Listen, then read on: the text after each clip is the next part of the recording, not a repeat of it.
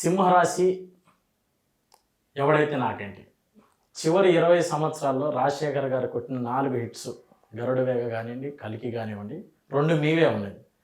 మీకు రాజశేఖర్ గారికి గొడవ ఉందని పబ్లిక్లో టాక్ ఉంది. గొడవ అంటే అదేం లేదు, కానీ రాజశేఖర్ గారికి ఏంటంటే అప్పుడు అంకుశం అనేవాళ్ళు. రాజశేఖర్ అంటే అంకుశం ఏం సినిమా అనేవాళ్ళు. దాన్ని మర్చిపోయేలా చేసిన సినిమా సింహరాశి. రాజశేఖర్ గారికి అప్పటికి ఆఫ్టర్ సింహరాశి బిఫోర్, సింహరాశి ఆఫ్టర్ అనేది ఇప్పుడు. ఆ రోజున అంకుశం అనే చెప్పేవాళ్ళు రాజశేఖర్. ఇప్పుడు అవేవి చెప్పరు, సింహరాశి అంటారు రాజశేఖర్ అంటే. ఆ లెవెల్ హిట్ సినిమా.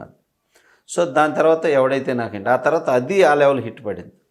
సో ఆ తర్వాత గరుడు వేగ చేశారు. ఆ గరుడు వేగ తర్వాత ఆ తర్వాత గోరింటాక్ అనే సినిమా కూడా నేను చెప్పి బలవంతంగా అది చేయండి హిట్ అయిద్దని నేను చెప్పి చేయించిన సినిమా గోరింటాక్. ప్రతాప్ డైరెక్టర్.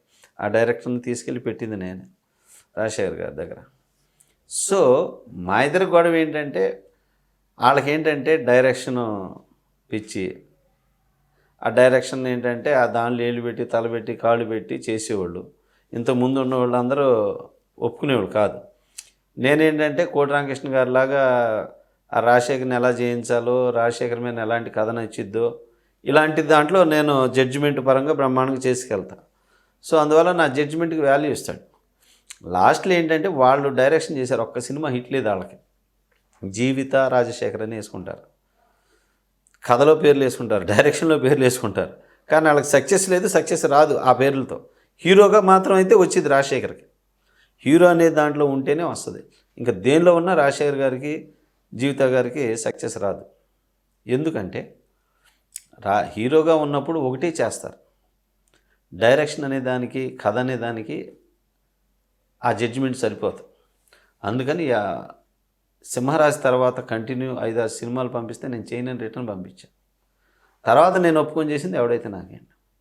సో ఈ సక్సెస్ ఇతనికి వెళ్ళకూడదు, డైరెక్షన్ మనం పేరు వేసుకోవాలన్న దుర్బుద్ధితోటి వాళ్ళు కొంచెం గేమ్ ఆడి నన్ను ఇన్సల్ట్ చేసి ఇలాగా బిహేవ్ చేశారు.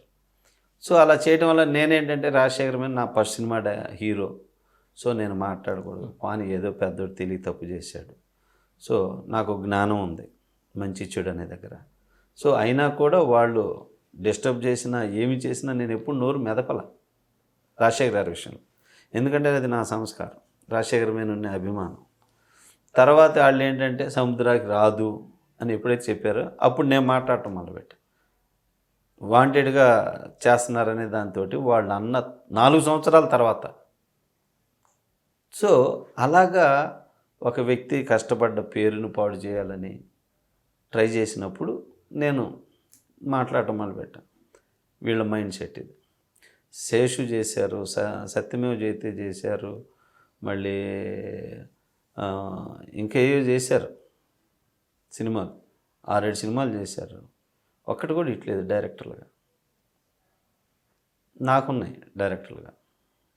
సో అందువల్ల ఏంటంటే తెలియక ఒక్కోసారి మాట్లాడతారు, తర్వాత మళ్ళీ రిలీజ్ అవుతాయి, అయ్యో అనవసరంగా మాట్లాడావు, అనవసరంగా తప్పు చేసామని తెలుసుకుంటారు. సో అందుకని ఏంటంటే వేస్ట్ డిస్కషన్ అనేది నేను పెట్టుకొని ఎప్పుడు మాట్లాడాల. తర్వాత తెలుసుకుని తర్వాత ఫీల్ అయితే తర్వాత అరే మనం తప్పు చేసాం, మళ్ళీ ఇలా చేసుకోకూడదని తెలుసుకుంటే దట్ ఈజ్ రైట్. మేము ఇంకా ఆ తప్పు చేస్తామంటే ఇక ఎవడేం చేయలేడు, నన్ను అయినా సరే ఆయన అయినా సరే. సో ఇదే గొడవ తప్పితే మా మధ్య వేరే ఏమీ లేదు పర్సనల్. ఇప్పుడు కూడా చక్కగా ఫోన్లో మాట్లాడుకుంటాం, ఎదురు పెడితే ఏం సముద్రం ఎలా ఉన్నంటాడు, సార్ బాగున్నాను సార్ అంటాం. ఇది కానీ ఏంటంటే ఇప్పుడు కూడా ఎప్పుడు రాజశేఖర్ గారు అంటే నాకు అభిమానం ఉంటుంది. వ్యక్తిగా మంచోడు, వ్యక్తిగా ఆయన కానీ జీవిత గారు కానీ వ్యక్తిగా మంచోడు. ఆ సినిమా దగ్గర ఈ తలనొప్పి వస్తుంది. వ్యక్తిగా చాలా హెల్పింగ్ నేచర్ ఉన్న మనుషులు ఇద్దరు, చాలా మంచోడు. Please subscribe Pragna Media. Please like, share, subscribe to Pragna Media. Pragna Media, please do like, share and subscribe. Please subscribe to Pragna Media. Please like, share and comment if you like the video. Pragna Media.